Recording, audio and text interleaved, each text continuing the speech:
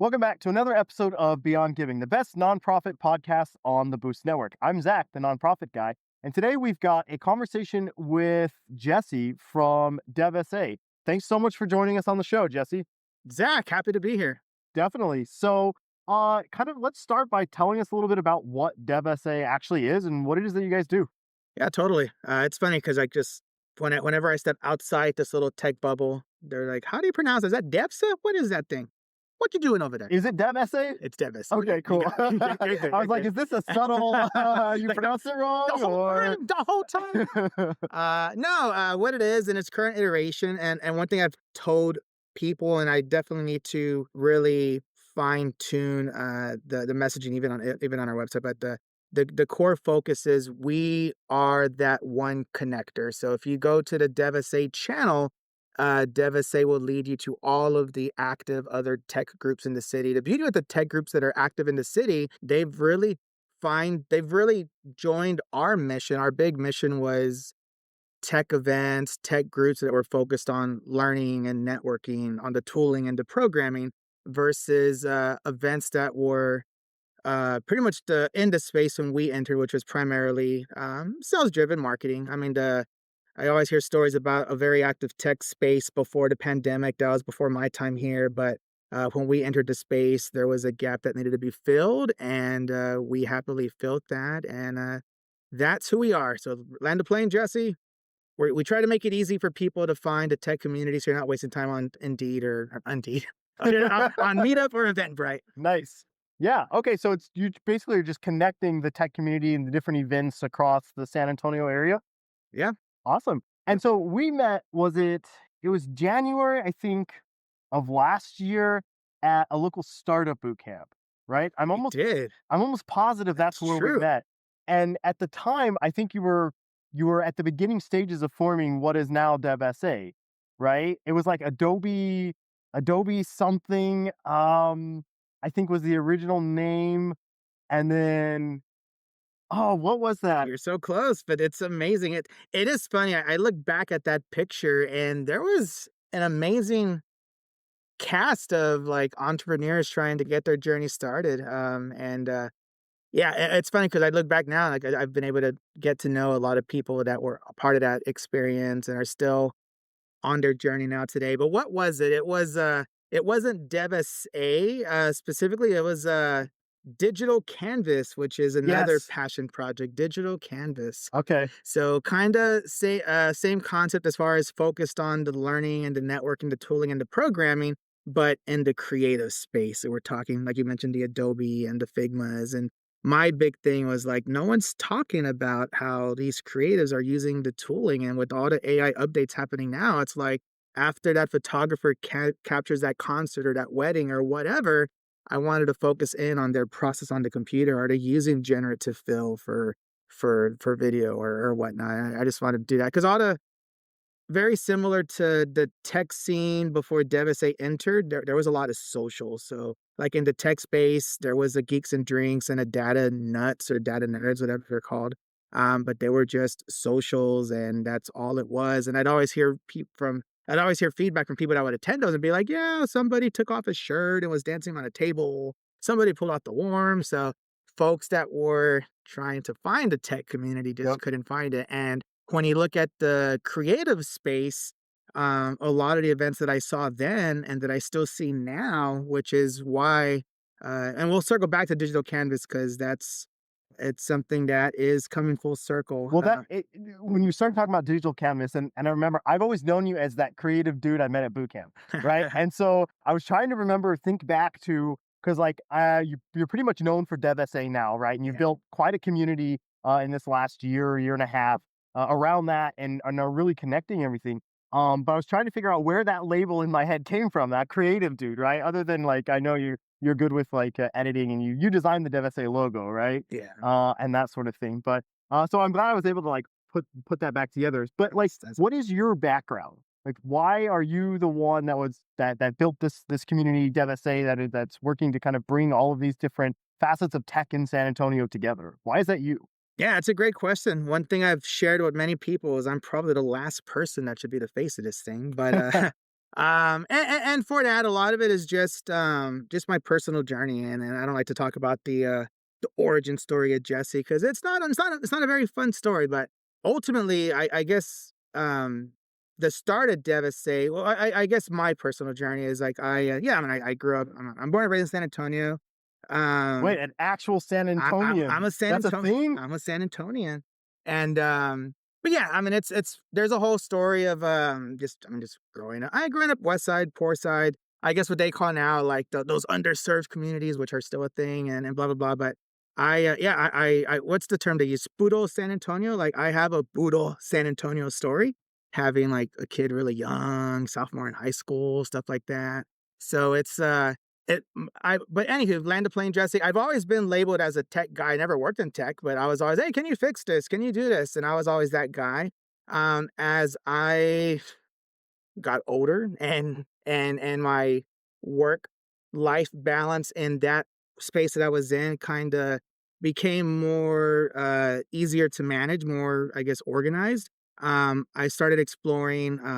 So my last job before this was I did sales at USAA, and USAA offered like tuition reimbursement. So like I was doing some intro to programming courses at the local community Were college. you doing like Java or like Yeah, it was C intro to or programming, so there was some it was Java. There was, nice. we started flirting with some, like, JavaScript, but it's funny as I was, in the 2nd semester, pandemic hit, and all of us got sent home, and I was like, "I'm too far in, I can't go back to talking to people and selling them stuff." It's like, I was locked in, so So that's what really launched like your direction, yeah. your how much time does Devastate consume, right? Of your time? Is that almost like a full-time job by itself? It is, and I also work full time as a Yep. developer, so it's definitely I gotta thank the family and the missus for being super patient, but, But so that really launched your complete like your pivot into pretty deep tech then, it right? was, the joke I always say is I was flirting with 40, before I decided to make the switch to tech. I put in my 2-week notice at USAA, I took out money out of the 401k, and I just kinda went all in, and, I just hit the 3-year mark in the tech space in May, Oh, like, a couple of weeks ago. So I'm still very early in my journey, which is some of the reason why I say, like, I should probably be the last person that's running Devastate, but, just because of as you start they always talk about the imposter syndrome and just being mhm. new, and you meet people that are always smarter than you, and I'm like, "Man, like, should I be, like, having these private meetings with the city of San Antonio, or should I be with other executives elsewhere? Should I be the one that's traveling to Brownsville and representing the tech scene and doing stuff down there?" It's like, I don't know, but it's happening. Yeah, It's and happening. that's the thing, like, especially in tech, you can be one of the smartest people on your team, but there's gonna be somebody that's smarter than you, right? That knows Yeah. more about something than you. That's like that imposter syndrome is always an interesting thing, and I grew up in tech, right? My first job was in software engineering and all the way until we started our current company, and so, like, we dealt with that throughout the years, different teams, different people. I think it doesn't matter. I think, with DevSA, you saw it was difficult to find these different events, to find the different communities, and to really get involved with those, right? Yeah. So I think that's the qualifier, right? To run an organization that solves that problem, right? You experience the problem. We talk about this all the time when we're starting companies and starting organizations. If we can experience the problem, it makes this the path a lot easier. It makes the journey a lot easier, right? So that's really cool. But so you work full time as a developer? I do. Okay, and what do you write at work? Like what languages? Yeah, I mean, so it's a media company. So I've been fortunate where it's a media company, and the clients that I'm working with already have established like systems they use for tracking their data. So most of my work is front end based, a lot of UI based. So I have stayed in my JavaScript ecosystem. So I use React as my main stack. I use Tailwind for my styling. I love integrating motion for some subtle animations, but a lot of it is the bulk of my connectivity when it comes to forms is all the sales teams that these other clients have, like a Velocity Texas, or I worked on some stuff with MHM now, but it's just connecting to API endpoints. So I kind of have some fun on the creative side. Somebody coined the Nice. term creative coding, and it's like, wow, interesting. I love it. But, no. Wait. What is creative coding? I've just heard that today. Yeah, What not for is me, right? creative coding?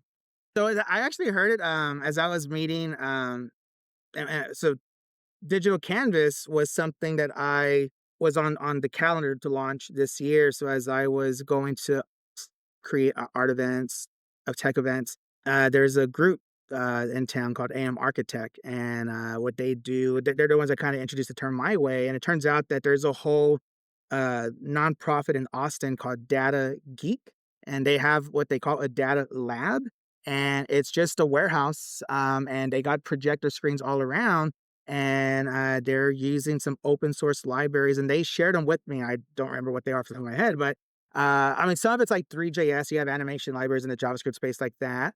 But they're ultimately using code to generate graphics on the screen. They'll integrate a DJ or a live band, and it's happening in real time. This one band, AM Architect, who shout out to Diego and April, if they see this. But what blew my mind with them is one, they're in San Antonio, but two, similar to this little pad you have here, Diego can have some scripts saved to some of these buttons here. So he can push a button and it can automate images from like Mid Journey. Oh, And okay. he had some stuff scripted with Python, but it's just mind blowing that they were able to use programming languages with some generative AI tooling. I think they also use like Runway, which is like a video to AI prompt service, but they were able to kind of integrate these different tools to create some live background visuals, and they've gotten some gigs with like the orchestra locally. So Okay. every I know one event they do at least once a month is Confluenza Park. It's somewhere I think in the South Side, but they got this really cool structure, and they just shoot out projectors on there, and they're live coding, Okay, cool. creative coding. So Who thunk it? yeah, it's live, it's creative coding. I like it. I'm gonna use that term. So then you kind of transitioned into tech and then saw the need to connect the ecosystem here. And so you started DevSA. What were some of the initial problems that you were solving, and why is it so important that the different groups of tech in the area be connected and be collaborating? Well, yeah, during my self learning and my studying and just kind of, I mean, you're always, I mean, I always tell folks like developers or programmers, we're just wired differently, and just that constant, Very true. the studying, the learning, and upskilling, and just building in general. But I was at a point doing all this remotely, and I was like, I can't be the only one in San Antonio that's doing this. So yeah, I went down some meetup and Eventbrite rabbit holes, and I found some events, and again, most were socials, and I'd go and have a great time, but after the events were over, it's like, "Well, what happens now? Where's everybody going?" There was just nothing that was keeping the conversation moving forward.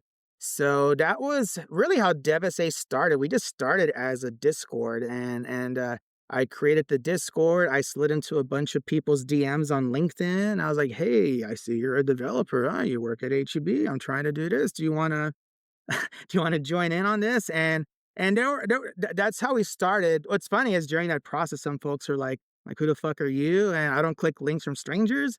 So quit sending me messages. And I'm like, dang. But that's how we started. And we ultimately, and we started there just because that gap of keeping the conversation going, and ultimately we built enough momentum to where we started talking about like, maybe we should enter the meetup space, maybe we should do something, maybe we should be more than just a Discord server. And that's, once we entered that arena, that's when things really took off. And so that's where you end up with what DevSA is today, where you're co-hosting these events, you're hosting events yourself, you're partnering with these different players in the tech ecosystem, Yeah. right?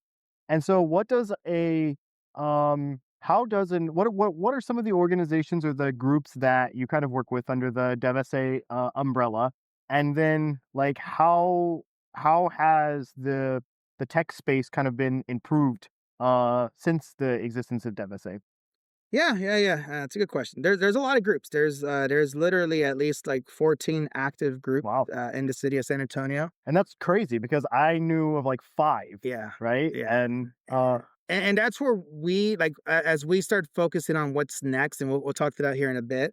That's something that I personally, as a challenge, as far as the branding and really trying to simplify the process of finding these groups, is what I need to do. Our website's long overdue for a for a makeover and update. But You're a yes, marketing guy. You're a I am, I creative am, I am. guy. Why is it overdue for a? It's the workload. It's just that we're but the beauty is though, it's like because I've been with my company now for 6 months now, so we're finally getting to a point where it's like it's time to activate further what we're trying to accomplish next. But no, some of the groups, so there's definitely a lot, but I would say some of my favorite as far as just unique groups, total vibes, their own thing. They can thrive on their own without DevSA even trying to like say like check out this event.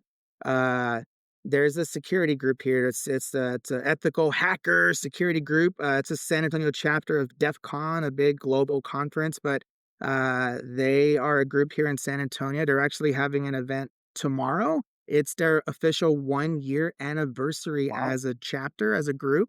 And I just love going. It's some of the smartest people I've ever met, a mix of senior working professionals, some folks that are retired that just love to hack and just break stuff and explain what they did and how they did it.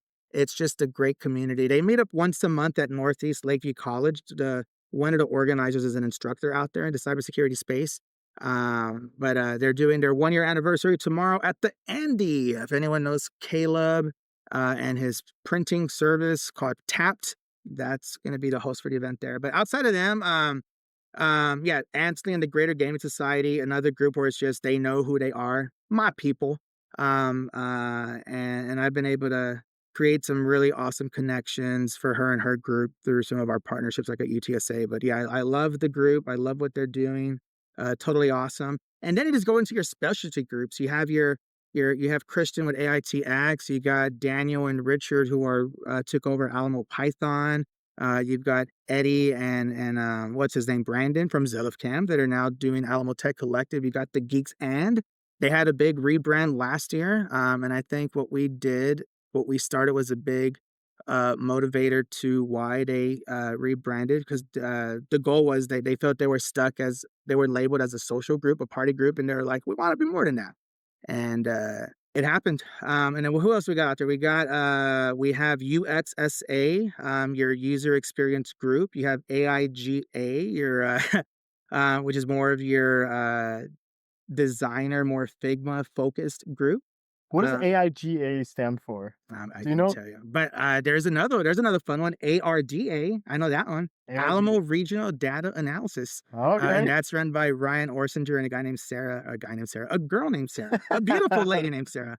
But they just had their yearly conference probably about 3 weeks ago now, called Spark, and it was a 1 day event filled with talks on data and ethics and how those two worlds are. I guess the state of AI, how it's impacting those two factors. It was a great event, great turnout. And there's a ton. You got your Google developer groups. There's ACMSA. I can't But leave so out like Zachariah. like DevSA is kind of involved in some fashion with a large portion of the tech community here in San Antonio, right? Whether that's supporting events, whether it's helping. You guys also have played a role in the recent AI agents showcase that happened here in San Antonio, right? Yeah. So you're doing a lot of these things. What is kind of like where is DevSA going? What is going to be next for you guys? That's a good question. It's definitely been a journey to get here. So DevSA, we just hit our 1 year anniversary at the end of April. Oh, Pretty much we did our first event the day of the Fiesta Flambeau Parade. So it was like at the end of Fiesta. So we literally are just weeks past our 1 year anniversary. And when I look back to see what we've done, I label year one as the year of being the loudest, the busiest, but it was also a year of just building trust within the community. There's a lot of OGs that don't get talked about enough that were vital players in the tech space in San Antonio before the pandemic hit.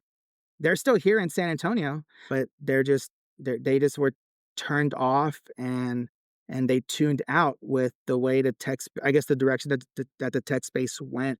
And it's so funny because when I first met like Charles and not even Charles at Geekdom, even before that, when I gave my first talk about DevSA, which was like days before our first event, uh again, probably why I'm the last person actually even the face of this group, but I dropped some frustration came out because part of our origin story was like groups in the past would host like Google Cloud events, Mhm. and we don't gotta tell the story. It's a no story. We don't gotta worry about the f bombs. But yeah, year one was a lot of nonstop motion. So my internal struggle going into year two was I knew I was going to scale back. I held a private event in December for auto organizers.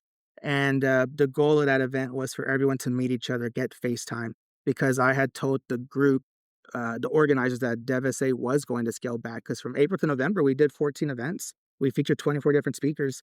It was insane, and I wanted to scale back our schedule for this year and allow the other groups to activate themselves. And if I need to get you a venue done, if I need to create a graphic or a poster for your event done, but I wanted them to collaborate and create events. And the beauty is that's happening.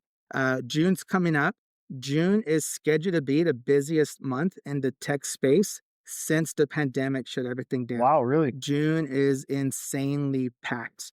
And the beauty with that is there's not an official single DevSA event happening in the month of June, and this is happening. And the beauty is they're not sales driven socials. We're talking learning, programming, networking. Like we're following DevSA's core mission, which I think is amazing.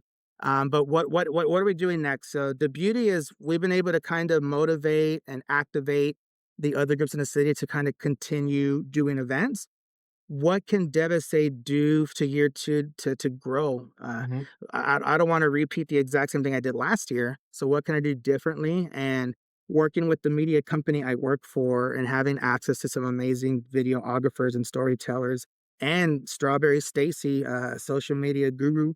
That's really what I want to focus on. I'm going all in on video, creating programming. We're going to be launch. We haven't made the announcement yet, but early June, we're going to be announcing a partnership with 434 Media, and we're going to be activating DEVSA TV. And we're going to have, That's exciting. but the goal is to, by focusing on video, making it easier for people outside of our bubble. Because I just spent 5 days in Brownsville like 3 weeks ago, and I was hanging out with Dr. Lisa Ochoa. And if you guys don't know Dr. Lisa Ochoa, she is a rock star, but she's in the medical space, and she's trying to solve some legit problems in San Antonio, specifically in the South Side, East Side, and West Side. And technology has been a big hindrance. They lose so much time calling insurance companies, people scheduling appointments, and they have a need for automation. But of course, there's so much bureaucracy when it comes to trying to get stuff approved in that medical space. But she had no idea that there was a tech space in the city. She knows that she needs tech. She has an amazing opportunity where there's funding involved. And she's like, I want to use this on tech. And so we're also launching a series called Call to Action, where we can talk to people like a Dr. Lisa Ochoa. And Mhm. with the way Devastate is structured, one channel for a whole group, having her or them, the future guests, share their pain points, what they would like to see, and then seeing what the community can do with that and do a follow up like 9 days later. But That's really cool. So you'll use like DEVSA TV as a way to kind of highlight the different groups and the things that they're working on and people are struggling with in the tech community. but even bringing in people outside the bubble. So bringing in people from the medical space, the science space, the robotic space, people that all have connections to tech in different ways Mhm. and also telling their stories along with the 14 organizations. Every speaker that organization brings in, spotlighting them and what they're building. So there's so much programming available. There's so many stories to tell. And we also have the people that are at the Velocity Texas and the Methodist Healthcare Ministries and the health cells. And there's just a lot to talk to. And I feel by focusing on video, it's gonna allow us to really tell the story of what's happening in the tech space in San Antonio. Yeah, events are needed. Community localization, FaceTime is needed. I'm 100% grateful that I've been able to help push and motivate these groups to kind of fill in this gap so we can step back and focus on a bigger picture. Because if we get more eyes on the DevSA channel, that's automatic eyes to their groups as well. So that's Are my goal. are there plans of, like, bringing, a DevSA to, like, Brownsville, so Dev Brownsville or some better name than that, right? Or whatever that looks like. Spoiler alert, we just haven't mapped it out, but Dev South Texas. Dev South Texas, that's exciting, and that's kind of where this Dev TV is gonna kind of fall under Dev South Texas, or Yeah, so what will that's it say? we I haven't made the decision as far as when the rebrand's going to happen. Mhm, I've spoken to developers that work at SpaceX in Brownsville. There's developers like there's a tech community there. That's the main reason why I was brought in. Alamo Angels and the other groups there's a 3-year plan to activate the startup space in the Rio Grande Valley. mhm, I was brought in just to kind of get some FaceTime, kind of experience the vibes, but also if there's techie people there, I mean, talk to the techie people. You're the tech guy, Jesse. And I love it. And there's just so many parallels to my upbringing that are happening in that Rio Grande Valley. So I've been able to spend time in Harlingen, Westlaco, and Brownsville, and spend 3 different visits out there. And I'm super excited about that this collaboration. Not so much even bringing events down there. DevSA events are coming. They're going to be more strategic with what we're trying to accomplish, mhm. but there will be speakers from Brownsville, from Monterrey, Mexico, that we're bringing in as part of this whole South Texas triangle that gets talked about. That's awesome. So, like, there's some really cool plans for growth and, for, like, the direction of what DevSA is gonna become and the number of people in and around tech that you'll be able to support and kind of highlight. Yeah, especially with the job market the way it is, I just feel like this is really a great channel to kind of really like, empower, give confidence to developers, especially like that are out of college that maybe have more free time. It's like, I mean, if you get an internship and have a great experience, great, it's do it. But for those that maybe can't land it or struggling to find something, maybe like instead of doing those 100 applications on a LinkedIn or an Indeed, like let's focus on what you can build. Let's focus on the tooling that's available that's makes it easier for you to iterate something quickly. Let's talk to someone in the medical space or the science space. Like, what problems can we solve? I know one thing you had mentioned at Startup Week last week was like even like talking to the local small businesses, like the local communities, like who's the direct channel to the people at the front lines in the city that have their businesses? Like, what are their technology pain points? There's so many problems to solve, and the one thing that developers and programmers may forget, especially they get caught up on tech Twitter or they're just spitting out whatever someone else told them is like, hey, stop, think about it, process your skill set, process what you can do, and let's focus on you. And if we can help them make that mental decision, we can tag in our partners like a Geekdom. They do startup boot camps. Geekdom has said that they are waiting for Devastate to do some events here. So Charles and Monica and Nick, I'm sorry it took so long, but Devastate events are coming to Geekdom. But because yeah, these elevator pitches, these pitch decks, this foundational knowledge when it comes to talking about what you built Mhm. goes a long way. And it's always so funny because in the beginning, the loudest folks in the community were like, "Don't talk to the geekdoms and the tech blocks and the startups and the venture capital. Fuck those people." And I'm like, I knew that for what we were building, that we can live and thrive in that environment. And Devastate a year later, I think has shown that. Definitely, Uh, and you know what? And you hear that all the time too, like, the ecosystem is very fragmented here, for sure. But division is rarely the answer. I think the approach that you took, like with DevSA, like kind of creating those bridges and connecting and empowering people and making things more collaborative, I think that is the directions. Yeah, I think the one thing I've shared is like as long as we don't lose focus on our mission, learning, networking, tooling, programming, as long as we know who we are, we're never going to lose our identity. And I've made sure to structure DevSA where those pillars are there and that DevSA is in a space to continue even after I leave. Because I know I can't be the face of DevSA forever. So just making sure that all the foundation of what we're doing is easily transferable to the community to keep this going. But, DevSA is here to stay. It's an established business entity, it's a nonprofit, and, we've got a great team. I've been able to get a team of volunteers. It's just mind blowing that I have folks knocking out tasks like updating calendars, keeping our co-working space available, keeping it open. So you've Is got a co-working space I have a that's co-working. available to your Yeah, so that's been a gift. People were like, "What the?" I don't know if I can curse, but I don't know. We were like, "What the I fuck?" think you have a few I know, times already, I know. so we're There was past that. people were like, "What the fuck did he say in that meeting with Geekdom?" It's like I just shared the same story I always share, but they've been an amazing partner. They've gifted us with a space on the sixth floor.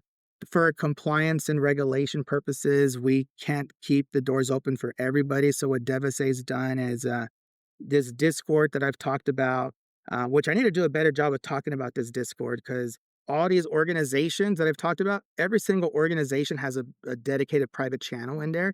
You can easily access any organizer in our Discord, along with tech talk and other stuff. But there's a dedicated co-working space channel, and we use that as our digital key. So anyone that wants to access the co-working space just sends a message, and it unlocks the door remotely. And we, with the team of volunteers that we have five.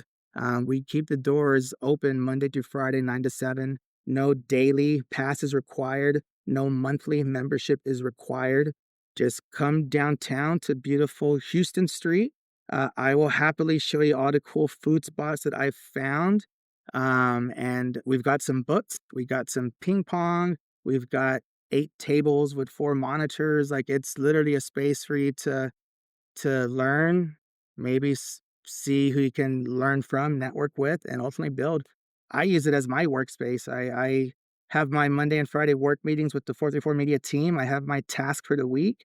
I come over to the co-working space and knock out some tasks. We've got a one noise complaint, One just one just though? one. So I mean, that's luckily, not bad. it was our lawyer next door. I apologize to the South Texas business lawyers, but he was like, I'm trying to run a business over here. You turn that music down. I'm like, sorry, sorry. Yeah, and so you're doing all these things, that's exciting. How can people support DevSA? What is it that you need? How can people get involved? No, how can people get involved? I need to clean that up. How did I get involved is really just following any one of our channels. We have Twitter X account. We've got Instagram. We're on Facebook. We're on LinkedIn. I would say that most of our engagement comes from LinkedIn and Instagram. But if you want to be involved, follow any of our channels. All the content gets uploaded, especially as we clean up the messaging and be more strategic with how we're posting. Uh, there's going to be much more value in our social channels. Discord, if you don't do it, if you do it, that's where conversations happen daily and it's in real time. I would say that's one way to do it. But as far as how to support, go to an event. I always tell folks as we get older, it's easy to talk yourself into not going to an event. Um, so if you can, love it. But there's so many ways to engage the community. If you see a post from us or one of the other organizations, like it, reshare it, leave a comment. I mean, there's so many ways to participate, and hopefully, with our update that we're launching in June, it's gonna make it that much easier. Because I know it's a bubble. I mean, I have kids. I leave work. I'm dancing with my daughter. I'm talking to other parents, and it's like no one could give a shit about the stuff that I'm doing. I know this is it's we're a unique bubble, but um, we're doing amazing things internally. I have a meeting with Smart SA coming up soon, so just kind of really tuning in and bringing people outside of the bubble in. Awesome. I think that's going to be our biggest win for the year is getting people outside in while staying true to the mission. I don't know if I answered your question, Yeah, Zach. I'm going no, to quit talking. definitely. And so your website, Dev San Antonio? DevSanAntonio.com. I did buy a new domain that's part of the update, so Okay, but what's for the now, new domain? Can you share that? Dev San No? Antonio. You'll get redirected. Okay, cool. So devsanantonio.com, you can learn more about what it is that you need, how you can get involved, and the different things that are going on, yeah? DevSanAntonio.com/replay2024. Probably my favorite part of the site. It's a recap of our first year, so you see our accomplishments and a pretty amazing uh, just memory trail of all the events that we did and all the awesome people in the community. Awesome, cool. So devsanantonio.com/replay2024. Learn about what they've been up to, everything they've accomplished this year, and why it's so important that you get involved. Thank you so much for joining us on this episode of Beyond Giving, Jesse. The Boost Network. Special thanks to Nonprofits HQ and the Boost Network for making this podcast possible. Leon! See you next time. Thank you, Zach.